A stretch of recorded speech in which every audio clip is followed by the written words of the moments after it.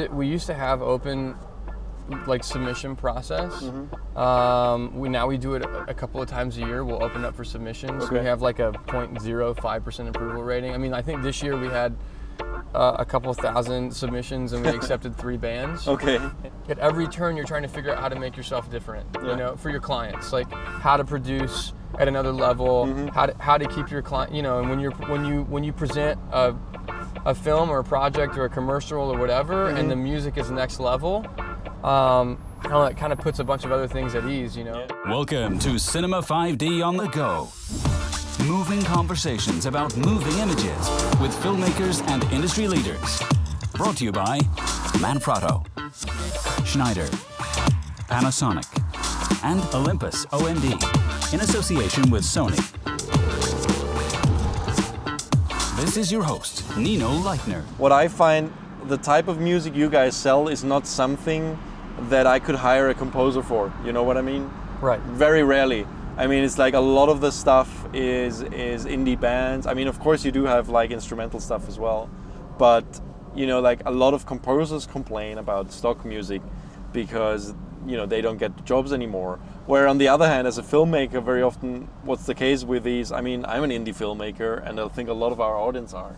And very often you just, you know, if you do a small production yourself and you do everything, you very often are under a lot of time pressure. You literally don't have the time or budget to work with a composer on a project because, you know, you're shooting the thing, it needs to, there's a turnaround of like 3 days and whatever, and there is no, even if you had the budget, there's just not the time to, you know, have somebody like a musician come in and actually work over that as much as I would like to do that. I do that sometimes, but often it's not possible. And then, you know, then you just kind of have to buy a stock track. And I think, you know, like, it's not everything is because I know I have a lot of musician friends who are, you know, have serious problems with stock music because of that.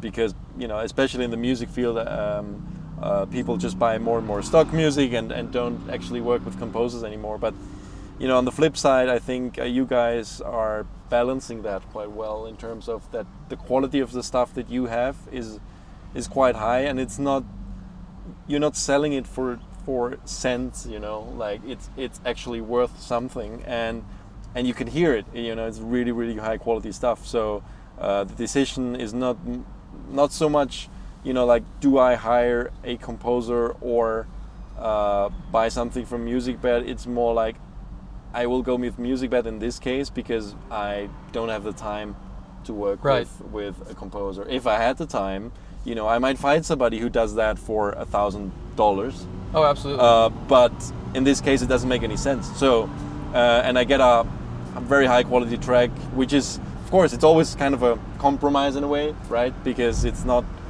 I think a lot of filmmaking, a lot of, you know, small things like small corporate, whatever it is, or short films.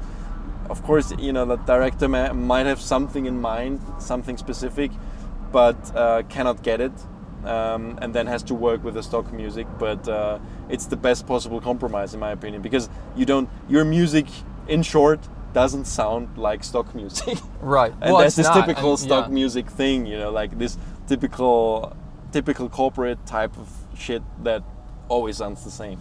I think we do represent a bunch of composers, and I think, you know, most filmmakers, most agencies that are using us, I mean, they would say, you know, 50% of the time they're using composers, and the other 50% of the time they're placing songs. And so we're really not in competition with the composers, but I do think we really pride ourselves on, you know, a catalog of undiscovered bands. I mean, I think there's a lot of competitors in the space. There's a lot of different music options. There's a lot of really great companies. For us, you know, I mean, from the blog content that we're doing to the films that we produce ourselves, like we want to continue to push the industry forward. We want to continue to see great artists be known. We want to see great films be made, and the collaboration between the musician and the filmmaker continue to grow. And I think, I don't know, you know, the last 6 years has been really interesting, just seeing even the quality of work that our clients are making continue to go and be challenged and be pushed. And so, you know, for Musicbed, we represent 750 bands. It's always changing, and I think you know, we really, our A&R team does a really good job of trying to stay ahead of what's popular, what's great, what's desirable. So how do you sign up new bands? Are you approaching them, or are they approaching you? We're approaching them. We used to have open like submission process. Now we do it a couple of times a year. We'll open up for submissions. Okay. We have like a 0.05% approval rating. I mean, I think this year we had a couple thousand submissions and we accepted 3 bands. Okay. And so, wow. You know, it's really like, it's curated at the next level. And so, you know, or you'll sign really great bands or great management or labels, and then, I mean, that's a lot of our new stuff now is great publishers or record labels that we work with that are sending us new artists as they're signing them. So it's changed a lot in the last 6 years. We were hitting the streets a lot more 6 years ago than we do now. But really, I mean, our guys just stay on top of what's hot and what's coming out and what's changing. You know, I mean, the different, because sometimes what's popular on the radio is a little bit different than what's popular in advertising, like what's popular in film. So it's following really both of those trends, you know, like what's syncing in the advertising world, but also just what music in general is hitting the charts right now and becoming popular. And our goal, like the biggest win for us, would be signing an unknown artist and then being a part of them becoming, you know, who they, you know, releasing their next record. I mean, Judah and the Lion is a good example. Okay. I mean, we signed Judah and the Lion. Oh, you said? Oh, I didn't know they came through you. That's amazing. No, I mean, we signed them a couple of years ago. I mean, they have. I mean, their manager's a great friend of mine. They've got a bunch of amazing things going for them right now. I mean, they have a really big team around them that's making them successful. But we've been able to see them really go from, you know, being an unknown independent artist into like blowing up and being on major, you know, national tours. Yeah. And so, to me that's the, like, why use Musicbed over another service? I think that little element is really critical of using a song, using artists, using bands that are about to break, because at the end of the day, for every filmmaker, it's like at every turn you're trying to figure out how to make yourself different, you know, for your clients, like how to produce at another level, how to keep your client, you know, and when you present a film or a project or a commercial or whatever, and the music is next level, I don't know, it kind of puts a bunch of other things at ease, you know. Yeah, like totally. if you can make your client happy at every different angle, it's always a plus. So where do you see? I mean, what are your main clients? Is it mostly used for commercials, or? About 50% of our client base is micro, which is what we would consider it. So that's anything from wedding to nonprofit, church usage, YouTube stuff, and then the other 50% is big advertising.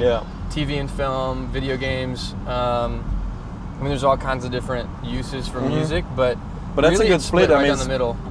Kind of a big chunk for big productions, kind of, right? I mean, like, I would have expected the indie filmmaker to be like 80% or something. Yeah, I mean, it was, and our advertising and big TV and film stuff is just growing like crazy. That's good. It's I mean, it's also bigger price licenses, but it's like, we did our first ever Super Bowl ad this year in the Super Bowl, which was really fun. Yeah. And but micro for us, the indie filmmaker will probably forever be the closest to our hearts as a brand. Where you're coming from. Yeah. It's where we came from. Yeah. Really, a lot of our team, they were independent filmmakers, but it's also where I think the industry, you know, like, where the kids go, so the industry goes, you know? It's like the 19-year-olds, the 22-year-olds, the 25-year-olds that are getting their cameras for the first time. Yeah. I mean, there are leaders in 2 decades, you know? And so I think micro licensing in general, the indie filmmaking space, the YouTube stuff, the indie films, like, that's, you know, the 22-year-old kid that's getting a DSLR for the first time right now is going to be shooting Nike spots in a decade. Yeah, that's and so point. Yeah, it's just really critical to me to be sure that we continue to be a source for those guys. Yeah. Not only for music, but also for inspiration, for education, for, you know, whatever we can do and play a part in moving their careers forward. Is huge for us. Like, we're announcing in 2 days, we're announcing our first ever conference. It's going to be a big filmmaking conference called Film and Music Conference. Oh, amazing. Well, we will not post this within the next 2 days. No, so that's okay. You can talk openly about it. Yeah, so we've been wanting to do it for a long time. We're gonna have a bunch of keynotes. Shane Hurlbut's gonna be there. Nice. Andy Baker is the creative director of National Geographic. He'll be doing a keynote. In Texas? It'll be in Texas, yeah. But I think, we're hoping to price it as low as we possibly can. Yeah. When is it? It's September 29th and 30th. Cool. Yeah. And the tickets, I believe, are $3.99 early. The early bird $3.99, and then it'll go up from there. But we're pricing it as good as we can, and just trying to reach that audience of guys that are, in the middle of their careers. Yeah. I think there's going to be a bunch of great speakers there that'll be great for, guys that have been doing it for 20 years. But there's also a big pull for us of a bunch of young guys that are trying to figure it out and what's next. And because a lot of them, we look at some of our best customers right now. Yeah. And a lot of those guys 10 years ago were picking up a camera for the first time. Absolutely. Yeah. So it's just a really big, it's a really big audience for us that we want to make sure we continue to champion. Cool.